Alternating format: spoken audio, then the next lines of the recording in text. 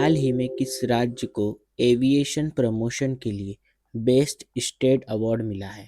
तो ये मिला है उत्तराखंड को। ऑप्शन नंबर सी इसका करेक्ट है।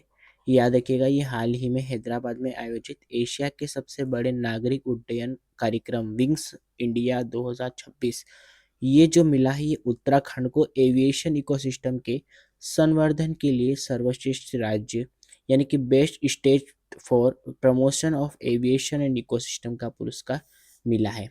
यह सम्मान जो है ये उत्तराखंड सरकार द्वारा हवाई कनेक्टिविटी बढ़ाने, चार धाम यात्रा को सुगम बनाने और दुर्गम पहाड़ी क्षेत्रों में हेलीकॉप्टर सेवाओं के विस्तार के लिए ये दिया गया है। उत्तराखंड को एविएशन प्रमोशन के लिए बेस्ट स्टेट अवार्ड मिला है।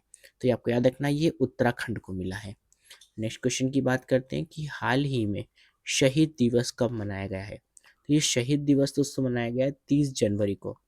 30 जनवरी ये मनाया गया है शहीद दिवस। और ये जो है ये महात्मा गांधी जी की पुण्यतिथि पर मनाया जाता है। ये 30 जनवरी 1948 को नाथूराम गोडसे ने गांधी जी की हत्या कर दी थी। इसलिए उनकी याद में देश के लिए बलिदान देने वाले शहीदों को सम्मान देने के लिए इस दिन सुबह 11 बजे 2 मिनट का मौन रखा जाता है। हाल ही में ये 30 जनवरी 2026 को उनकी 78th नंबर की पुण्यतिथि मनाई गई थी। तो ये जो उस दिन मनाया गया था ये शहीद दिवस। तो ये आपको याद रखना है। नेक्स्ट क्वेश्चन की बात करते हैं। हाल ही में यूरोपियन संघ ने किस देश के ये जो है इस्लामिक रिवोल्यूशनरी गार्ड कॉर्प्स, ये इसका फुल फॉर्म है, इसको आतंकवादी समूह घोषित किया है? तो ये किया है दोस्तों, याद रखिएगा, ये जो किया है समूह घोषित, ये ईरान। ऑप्शन नंबर ए इसका करेक्ट हो जाएगा। ये ईरान की सबसे बड़ी सैन्य शक्तिशाली इकाई इस्लामिक रिवोल्यूशनरी गार्ड कॉर्प्स को ये आधिकारिक तौर पर एक आतंकवादी समूह घोषित किया है। और ये 29 जनवरी 2026 को ब्रुसेल्स में हुई बैठक में ये यूरोपियन संघ ने सभी 27 देशों ने सर्वसम्मति से ये ऐतिहासिक फैसला लिया है। यूरोपियन संघ की जो विदेश नीति प्रमुख काजा क्लास ने बताया कि यह कदम ईरान में सरकार विरोधी प्रदर्शनकारियों पर किए गए हिंसक दमन के जवाब में उठाया गया है। इस घोषणा के बाद अब ये जो इस्लामिक रिवोल्यूशनरी गार्ड कॉर्प्स है को अल कायदा और दाएश यानी कि आईएसआईएस जैसे संगठनों के बराबर रखा गया है, जिसके तहत इसकी संपत्ति जब्त की जा सकती है और इसे वित्तीय सहायता देना अपराध माना जाएगा। तो ये आपको याद रखना, ये ईरान के जो इस आतंकवादी संगठन को घोषित किया गया है। ठीक है। नेक्स्ट क्वेश्चन है, हाल ही में होया नांगासिस नामक एक पौधा है, इसकी नई प्रजाति किस राज्य में खोजी गई है? ये आपको बताना है। तो ये खोजी गई है नागालैंड। ऑप्शन नंबर सी इसका करेक्ट है। ये पौधे की एक नई प्रजाति है होया नागाएंसिस। ये हाल ही में नागालैंड के उच्च ऊंचाई वाले जंगलों में खोजी गई है। नागालैंड विश्वविद्यालय के शोधकर्ताओं ने इसे राज्य के फेक जिले में स्थित कौमो साविदिक सामुदायिक आरक्षित वन में खोजा है। ये आपको याद रखना, ये है इसका नाम कन्वो। ये एक सामुदायिक आरक्षित वन है, इसमें खोजा गया है। और ये प्रजाति जो है ये मोम के पौधे वैक्स प्लांट परिवार से संबंधित है। इसकी पत्तियों का आकार व फूलों की संरचना के इसे अन्य फूलों से ये अलग बनाती है। इस सीमित भौगोलिक विस्तार के कारण इसे फिलहाल गंभीर रूप से ये लुप्त प्राय यानी कि क्रिटिकली एंडेंजर्ड श्रेणी में रखा गया है। तो ये आपको याद रखना है। ये जो खोजी गई है प्रजाति ये नागालैंड राज्य में खोजी गई है। नेक्स्ट क्वेश्चन देखते हैं, हाल ही में भारत ने अपना पहला एआई पावर्ड यूनिवर्सिटी कहाँ लॉन्च किया है? तो ये आपको बताना है कहाँ लॉन्च किया है। तो ये क्या है, मेरठ में। ऑप्शन नंबर डी इसका करेक्ट है। ये एआई पावर्ड विश्वविद्यालय पायलट प्रोजेक्ट ये उत्तर प्रदेश के मेरठ स्थित चौधरी चरण सिंह विश्वविद्यालय में लॉन्च किया गया है। ये जो पहल है ये कौशल विकास मंत्रालय और गूगल क्लाउड के सहयोग से शुरू की गई है, जहां छात्रों को पर्सनल एआई ट्यूटर और अत्याधुनिक डिजिटल लर्निंग टूल मिलेंगे। इसका लक्ष्य शिक्षा के पारंपरिक तरीके को बदलकर उसे अत्याधुनिक तरीके से के साथ जोड़ना है। ये आपका रखना है। नेक्स्ट क्वेश्चन देखते हैं, हाल ही में स्माइल इंटरनेशनल फिल्म फेस्टिवल का ये 12वां संस्करण कहाँ आयोजित किया गया? तो ये 12वां संस्करण जो है ये नई दिल्ली में आयोजित किया गया। ऑप्शन नंबर बी इसका करेक्ट हो जाएगा। तो यह बात करते हैं smile international film festival for children and youth का ये जो 12th नंबर का संस्करण है, 12वां नंबर का संस्करण है और इसे नई दिल्ली में ये आयोजित किया गया। कहाँ आयोजित किया? ये PHD CCI ऑडिटोरियम, इसमें ये आयोजित किया गया। ये 28 जनवरी से 3 फरवरी तक चलेगा और ये 7 दिवसीय आयोजन है। ये स्माइल फाउंडेशन द्वारा दिव्यांगजन सशक्तिकरण विभाग के सहयोग से किया जा रहा है। इस वर्ष का जो फेस्टिवल का जो मुख्य विषय है वो विविधता, समानता और समावेशन यानी कि डाइवर्सिटी, इक्वलिटी एंड इंक्लूजन। तो इसमें 50 से अधिक देशों की 150 से ज़्यादा फिल्में प्रदर्शित की जा रही है ताकि बच्चों में सामाजिक और नैतिक जागरूकता पैदा की जा सके। नेक्स्ट क्वेश्चन देखते हैं। हाल ही में IPS पीयूष पांडे को किस राज्य के नए DGP नियुक्त किया गया है?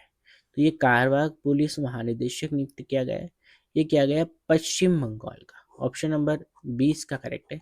ये वरिष्ठ IPS अधिकारी पीयूष पांडे जो कि 1993 बैच के और इन्हें 30 जनवरी 2026 को पश्चिम बंगाल का नया DGP नियुक्त किया है।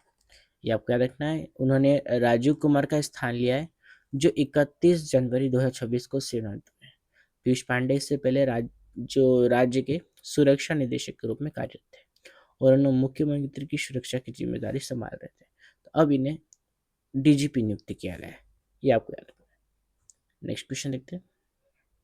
हाल ही में रुद्रा आई हेलीकॉप्टर उड़ाने के लिए क्वालिफाइड होने वाली भारतीय सेना की पहली महिला अधिकारी कौन बन गई है? इनका नाम है हंसजा शर्मा।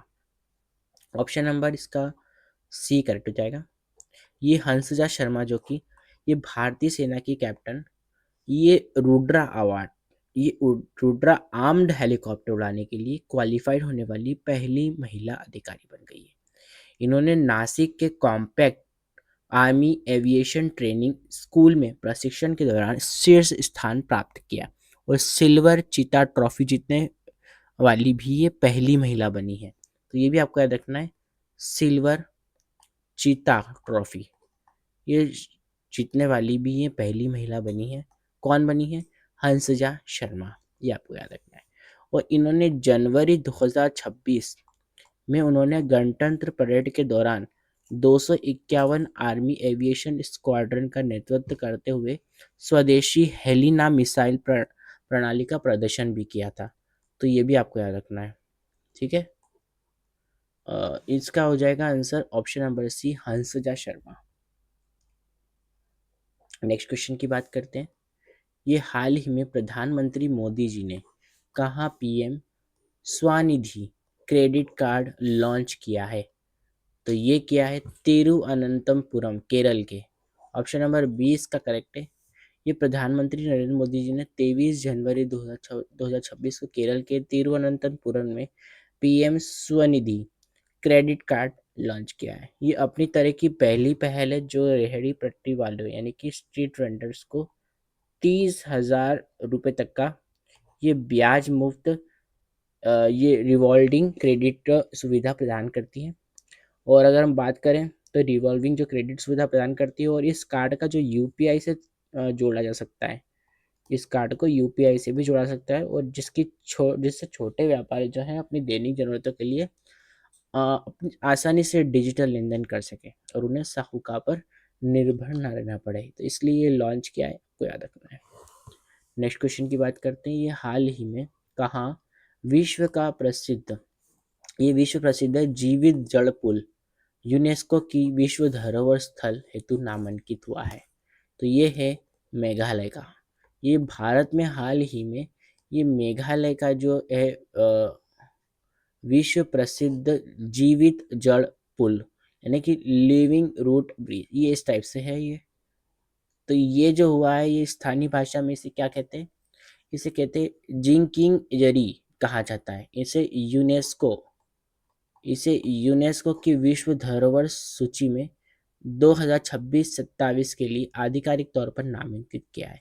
यह पुल रबड़ के पेड़ों की जड़ों को जोड़कर बनाए गए हैं, जो सदियों पुराने स्वदेशी खासी जयंतिया समुदाय की परंपरा और प्रकृति के साथ उनके जुड़ाव को दर्शाते हैं। तो इसे विश्व प्रसिद्ध ये जीवित जड़ पुल है, इसे यूनेस्को की विश्व धरोहर स्थल हेतु नामांकित किया गया है। नेक्स्ट क्वेश्चन देखते हैं, हाल ही में किस राज्य में मुख्यमंत्री एतिकोली दूतीपात योजना शुरू की गई है? तो ये की गई, आपको याद रखना है, ये असम। ऑप्शन नंबर 20 का करेक्ट हो जाएगा। ये एतिकोली दूतीपात योजना जो कि असम राज्य में शुरू की गई है, और ये चाय बागान श्रमिकों के सम्मान में शुरू की गई है। ये असम की चाय विरासत के 200 साल पूरे होने पर शुरू की गई है। इस योजना के तहत राज्य के 6 लाख से अधिक चाय श्रमिकों को 5,000 रुपये की एकमुश्त जो है सहायता सीधे उनके बैंक खाते में दी जा रही है। इसका मुख्य उद्देश्य श्रमिकों का आर्थिक कल्याण करना और उनके बहुमूल्य योगदान को पहचान देना है, जिसके लिए सरकार ने 300 करोड़ से अधिक का बजट आवंटित किया है। नेक्स्ट क्वेश्चन देखते हैं। ये नेक्स्ट क्वेश्चन है कि हाल ही में केंद्रीय वित्त आयोग अनुदान के तहत वित्त पोषित परियोजनाओं की रियल टाइम निगरानी के लिए समीक्षा पोर्टल किसने लॉन्च किया है? तो ये क्या है, उड़ीसा सरकार के द्वारा किया गया है।